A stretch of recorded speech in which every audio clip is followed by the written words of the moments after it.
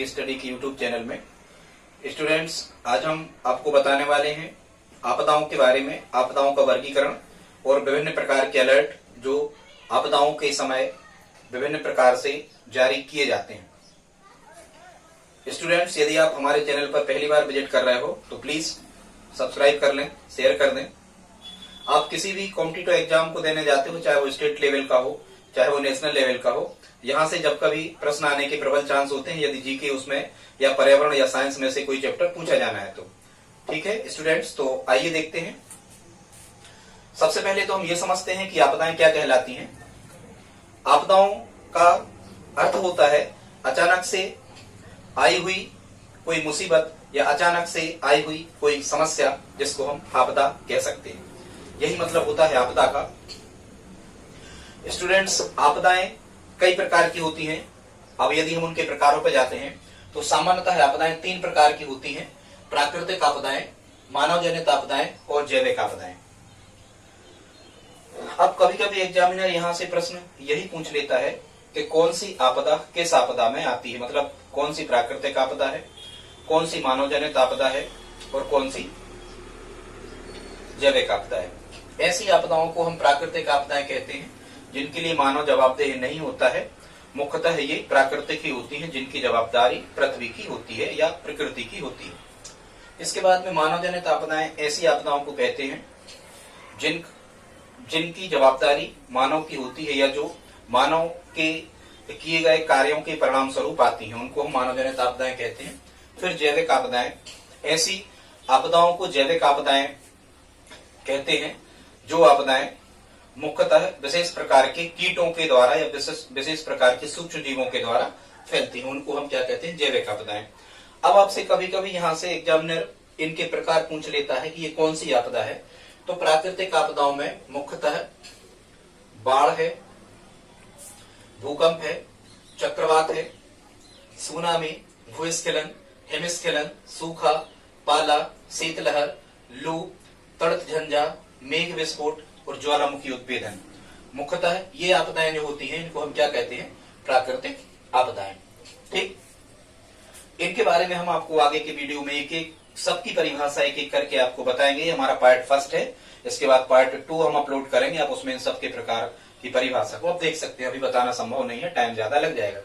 इसके बाद मानव जनित आपदाएं हैं। मानव जनित आपदाओं में यदि कहीं किसी प्रकार का गैस कांड हो जाए, कहीं किसी प्रकार का बम विस्फोट हो जाए, बम कांड हो जाए, सभी प्रकार के प्रदूषण,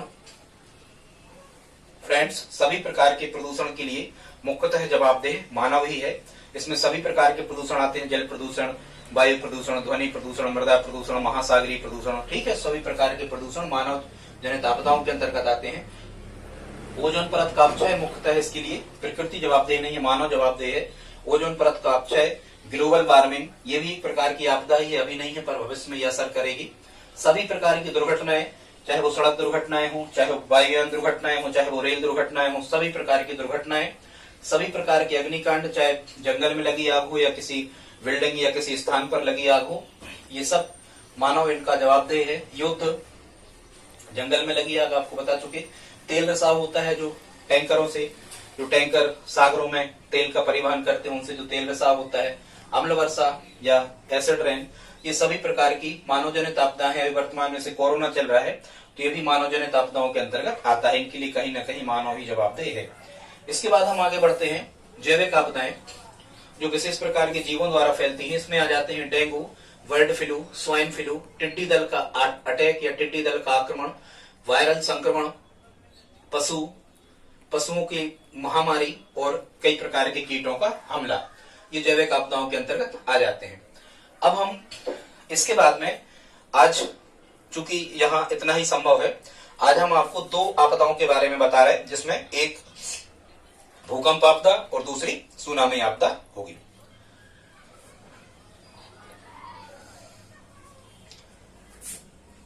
यहाँ हम कुछ आपदाओं का वर्गीकरण और आपको बता रहे हैं। वायुमंडलीय दशाओं के आधार पर भी आपदाओं का वर्गीकरण किया जाता है 3 प्रकार से। वायुमंडलीय आपदाएं, बर्फानी तूफान, तड़क झंझा। तड़क झंझा भी एक प्रकार का तूफान कहलाता है, बिजली चमकने के साथ साथ। तड़क मतलब बिजली चमकना।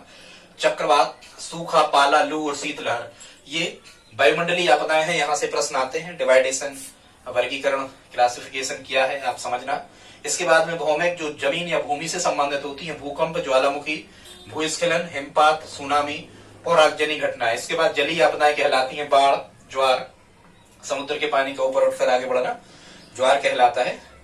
तो ये ज्वार भी जलीय आपदा के अंतर्गत आती है। महासागरीय धाराएं और सुनामी, ठीक है। सुनामी यहाँ दोनों में आती है, सही है।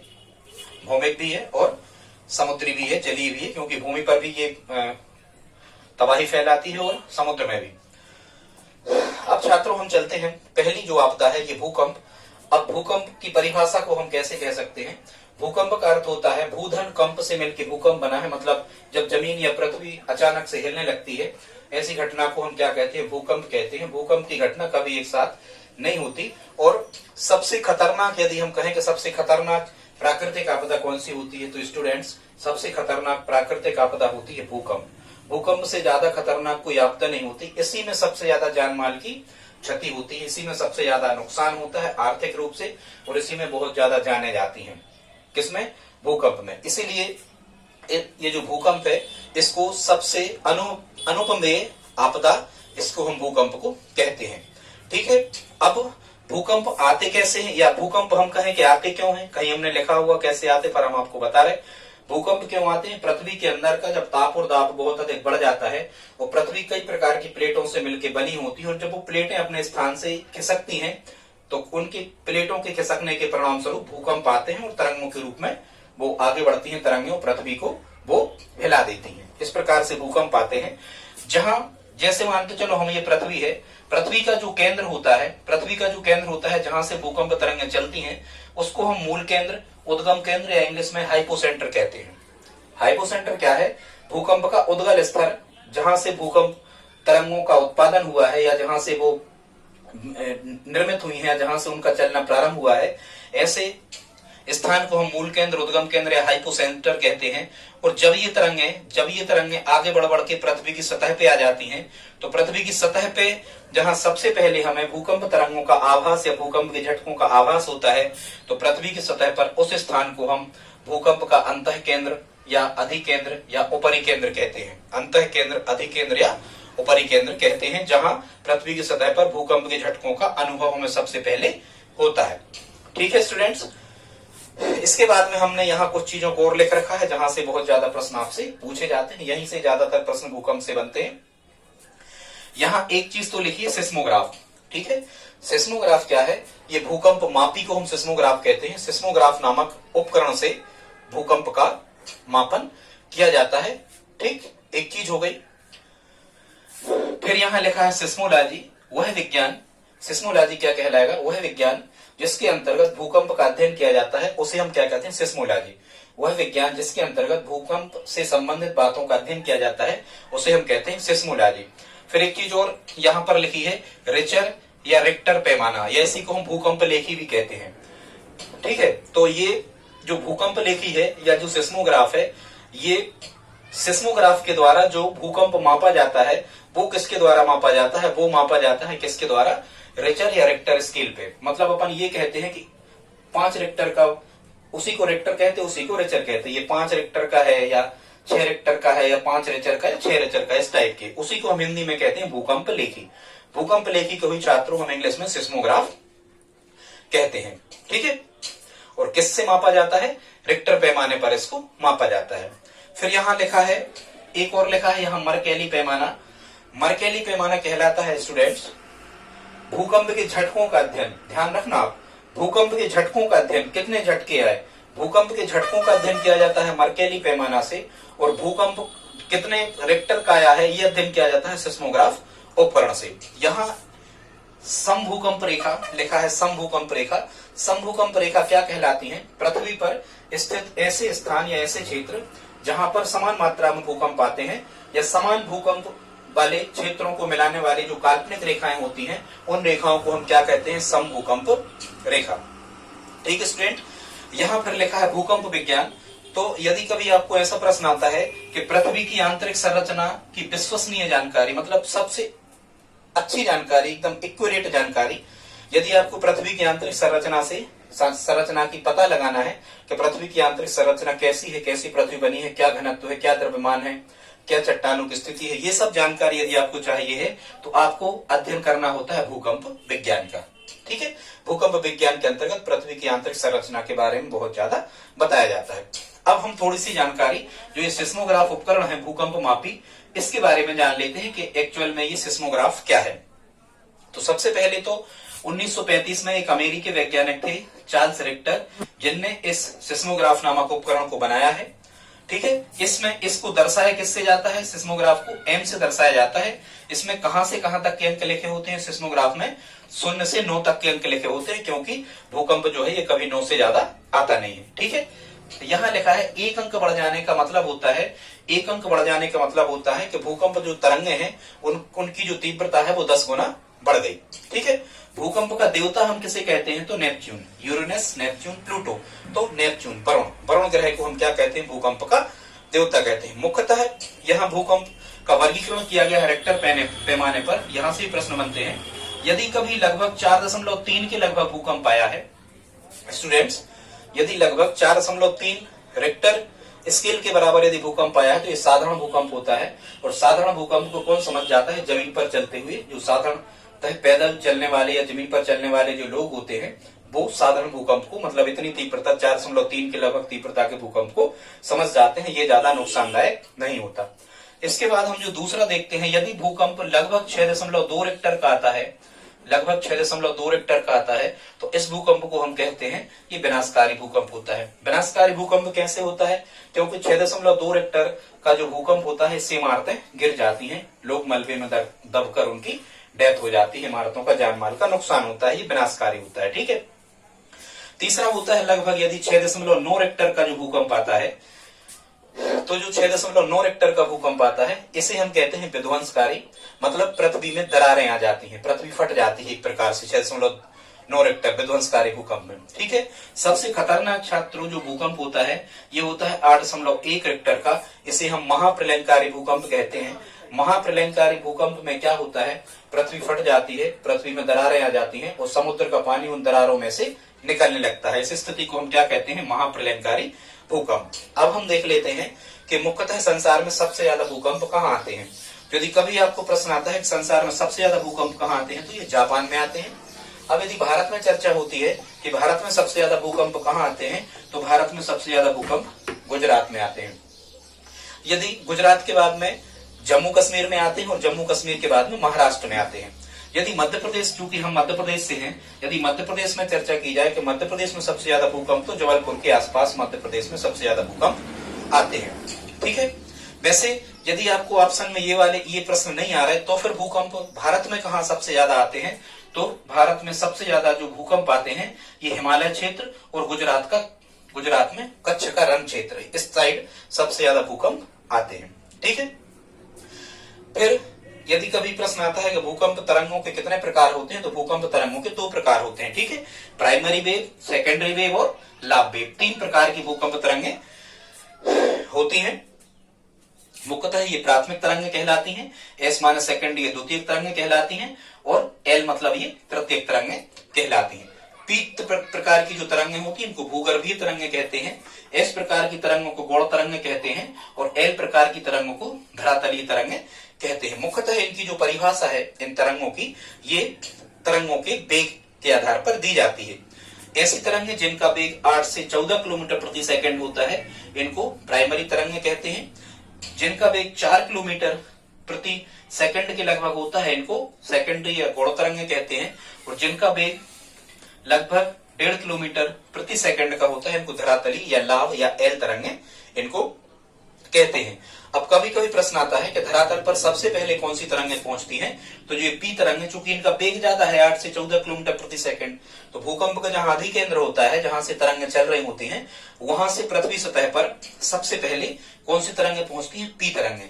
वो पी तरंगें पृथ्वी सतह पर सबसे पहले पहुंचती हैं, इसीलिए पी तरंगों को हम क्या कहते हैं, प्राइमरी या प्राथमिक तरंगें कहते हैं। ठीक है, और ये जो प्राइमरी तरंगें हैं ये ठोस, द्रव, गैस तीनों में गति कर सकती हैं। फिर दूसरे नंबर पे पृथ्वी की सतह पे दूसरे नंबर पे जो पहुंचती हैं, मतलब हम कह सकते हैं कि प्राइमरी तरंगों के बाद जो पृथ्वी सतह पर भूकंप तरंगें पहुंचती हैं उनको द्वितीयक या गौड़ या एस प्रकार की तरंगें कहते हैं। ये केवल ठोसों में संचरित हो सकती हैं। फिर हम देखो, अब इनका वेग जो L1 है, लाभ तरंगें हैं, इनका वेग सबसे कम है 1.5 किलोमीटर प्रति सेकंड। तो हम कहेंगे कि जो द्वितीयक तरंगों के बाद में, या हम कहेंगे जो सबसे बाद में पृथ्वी पर पहुंचती हैं, सतह पर पहुंचती हैं पृथ्वी की, उनको हम, या सबसे बाद में धरातल पर पहुंचती हैं, उनको क्या कहते हैं? एल तरंगे या लाभ तरंगे कहते हैं। ठीक है, ये केवल सतह पर ही गति कर सकती हैं, ठोसों में ही इनकी गति होती है।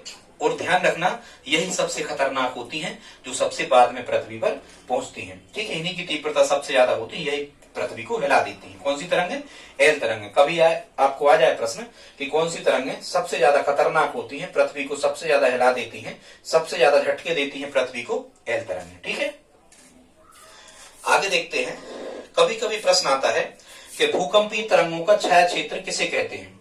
भूकंपीय तरंगों का छाया क्षेत्र किसे कहते हैं? तो भूकंपीय तरंगों का छाया क्षेत्र वह क्षेत्र कहलाता है जहां पर तरंगों का मापन, भूकंप तरंगों का मापन नहीं किया जा सकता, भूकंप के झटकों का मापन नहीं किया जा सकता। ऐसे स्थानों को हम क्या कहते हैं? भूकंपीय तरंगों का छाया क्षेत्र कहते हैं। ठीक है, फिर ये यहाँ लिखा है कि भूकंप क्यों आते हैं, तो हमने पहले ही आपको बता दिया कि पृथ्वी के अंदर जब ताप और दाब बहुत ज्यादा बढ़ जाता है, इस कारण से पेटियां खिसकने लगती हैं और भूकंप आता है।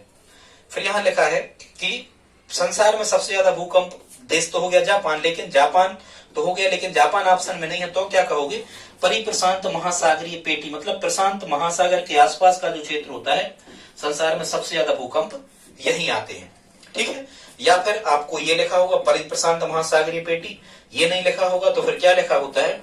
जिन स्थानों पर सागर, द्वीप और महाद्वीप मिलते हैं, उन स्थानों पर भी भूकंप सबसे ज्यादा आते हैं। ठीक है स्टूडेंट्स, भूकंप से हमेशा हानियां ही नहीं होती, भूकंप से कुछ लाभ भी होते हैं।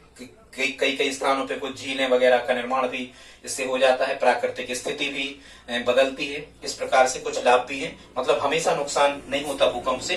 भूकंप से हानि हम आपको बता नहीं रहे, आप खुद समझ रहे होगे। बिल्डिंग, इमारतें गिरेगी, क्या कंडीशन बनेगी, आप खुद समझ जाओगे यहाँ से।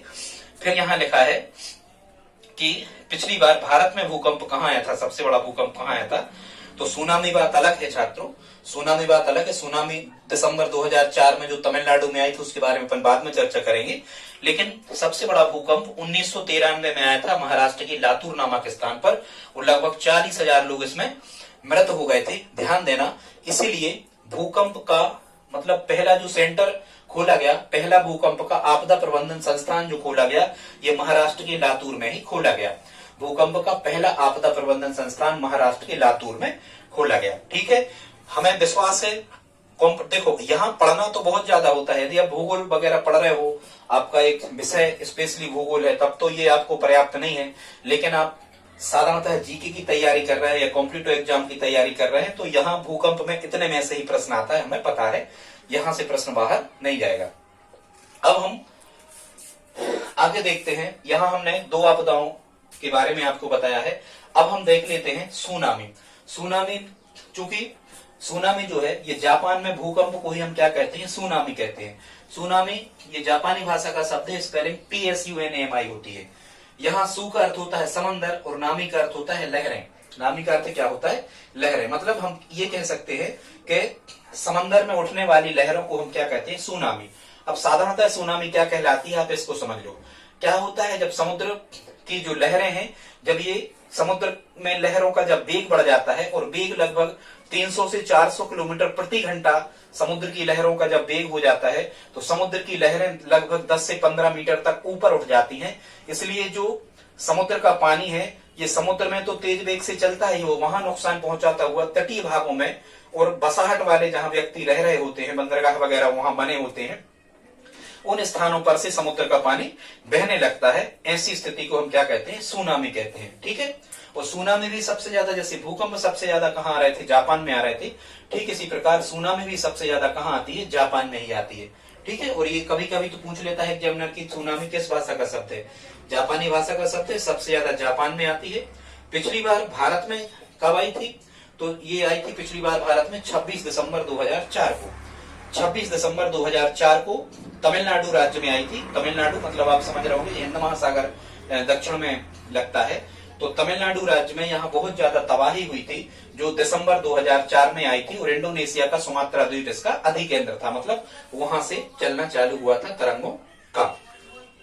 ठीक है, यहाँ कई बार एग्जामिनर पूछता है कि सुनामी में तरंग, जो सुनामी की तरंगें होती हैं, इनका वेग कितना होता है। तो सुनामी की तरंगों का वेग लगभग होता है 400 किलोमीटर प्रति घंटा, मतलब यही लहरों का वेग उस समय हो जाता है। लहरें इतने वेग से आगे बढ़ती हैं, तटीय क्षेत्रों को में पानी भर देती है। ठीक है, कभी कभी प्रश्न आता है कि ये फुकुशिमा परमाणु संयंत्र दुर्घटना कहाँ हुई थी।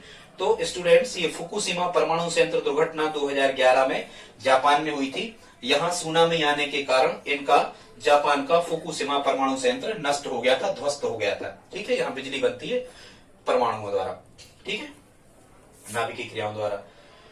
फिर सुनामी की तरंगें कितने प्रकार की होती हैं। जैसे भूकंप तरंगें PSL 3 प्रकार की हो रही थी, ठीक उसी प्रकार से ये सुनामी तरंगें भी 3 प्रकार की होती हैं, दूरस्थ तरंगें, क्षेत्रीय तरंगें और स्थानीय तरंगें।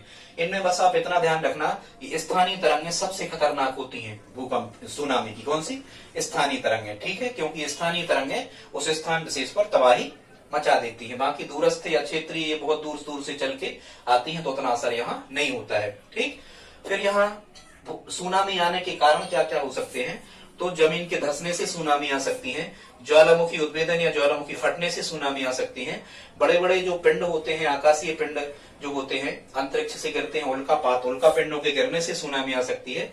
और सुनामी मुख्यतः आती है समुद्री भूकंप से। समुद्र में जब कभी भूकंप आता है तो सुनामी निश्चित रूप से आती है। यहाँ सुनामी लहर चेतावनी केंद्र कहाँ स्थापित किया गया है? चेन्नई में। देखो, चेन्नई मतलब तमिलनाडु, आपको पता होगा 2004 में 26 दिसंबर 2004 को सुनामी आई थी। कहाँ? भारत में। तो फिर ये अब तमिलनाडु में ही क्या है? चेन्नई है, मद्रास। तो चेन्नई में ही सुनामी लहर चेतावनी केंद्र स्थापित किया गया है। छात्रों, ये जो सुनामी है और भूकंप है, ये इस प्रकार की प्राकृतिक आपदाएं हैं कि इनका प्रबंधन पूर्व से नहीं किया जा सकता। इनका पूर्व प्रबंधन नहीं किया जा सकता क्योंकि इनके आने के पूर्व का आभास नहीं होता। कोई भी उपकरण या ऐसी चीजें आज तक नहीं बनाई गई कि ये सब आने के पहले हमें आभास हो जाए कि अब भूकंप आने वाला है या सुनामी आने वाली है। ठीक है, लेकिन जब ये आ जाती है तब हम इनका प्रबंधन कर सकते हैं। यहाँ हमने विभिन्न प्रकार के अलर्ट के बारे में ही बताया है कि विभिन्न प्रकार के जो अलर्ट है वो क्या होते हैं। ठीक है, और ये जो अलर्ट होते हैं ये एक प्रकार के सिग्नल या एक प्रकार के संकेत होते हैं जो सामान्यतः जनता को सूचित करने के लिए बताए जाते हैं कि क्या होने वाला है, क्या हो सकता है। तो मुख्यतः जो ये अलर्ट होते हैं 4 प्रकार के, इन्हें भारतीय मौसम विभाग जारी करता है, लेकिन मुख्यतः जिलों में ये अलर्ट DM के माध्यम से जारी किए जाते हैं। इनमें यदि सबसे खतरनाक जो अलर्ट होता है, पहला जो अलर्ट होता है, इसे हम रेड अलर्ट कहते हैं। क्या कहते हैं? Red alert. कभी भी हो सकता है, कोई प्राकृतिक आपदा, बाढ़ आ गई है, ठीक है, पृथ्वी का टेम्परेचर लगातार बहुत ज्यादा बढ़ रहा है, ठीक, या ज्वालामुखी उद्भेदन अचानक हो गया, अचानक से भूकंप के झटके महसूस किए जा रहे हैं, तो फिर ये कौन सा अलर्ट जारी हो जाता है? Red alert. ये सबसे खतरनाक स्थिति होती है, मतलब यदि आपदाएं बहुत ज्यादा, यदि हानिकारक हो रही हैं, बहुत ज्यादा प्रभावित कर रही हैं लोगों को, तो रेड अलर्ट जारी किया जाता है। ठीक है, फिर एक प्रकार का होता है सबसे जो कहना चाहिए कि ज्यादा प्रभावी नहीं होता है, सामान्य स्थिति यदि है, तो फिर कौन सा अलर्ट जारी किया जाता है? Green alert. याद रखना, रेड अलर्ट मतलब सबसे ज्यादा खतरा है, ग्रीन अलर्ट मतलब कोई भी खतरा नहीं है। ठीक, इसके बाद में होता है yellow alert. Yellow alert, yellow पीला अलर्ट, ये क्या कहता है? ये सूचना देता है आपको कि सचेत रहें, बाढ़ आदि कोई समस्या आ सकती है, येलो अलर्ट। इसके बाद में ऑरेंज अलर्ट क्या कहता है? ये कहता है कि विषम परिस्थितियों को तैयार रहें, कोई भी मुसीबत, कोई भी समस्या आपको आ सकती है, ये कहता है कौन सा अलर्ट? Orange alert. स्टूडेंट्स, आज हमने आपको प्राकृतिक आपदाओं का वर्गीकरण, उनकी प्राकृतिक आपदाओं के प्रकार और मुख्यतः भूकंप और सुनामी के बारे में, और विभिन्न प्रकार के 4 जो अलर्ट होते हैं जो भारतीय मौसम विभाग जारी करता है, इनके बारे में हमने आपको बताया। यदि आपको वीडियो अच्छा लगा हो तो लाइक, शेयर, सब्सक्राइब करें। ये हमारा इस पर आपदाओं पर पहला वीडियो था। इस पर हम लगभग 3 वीडियो अपलोड करेंगे जिसमें पूरी आपदाओं को, आपदा प्रबंधन तक को, पर्यावरण के अंतर्गत और विज्ञान के अंतर्गत आने वाले विषय को आसानी से आप सीख पाओगे। धन्यवाद।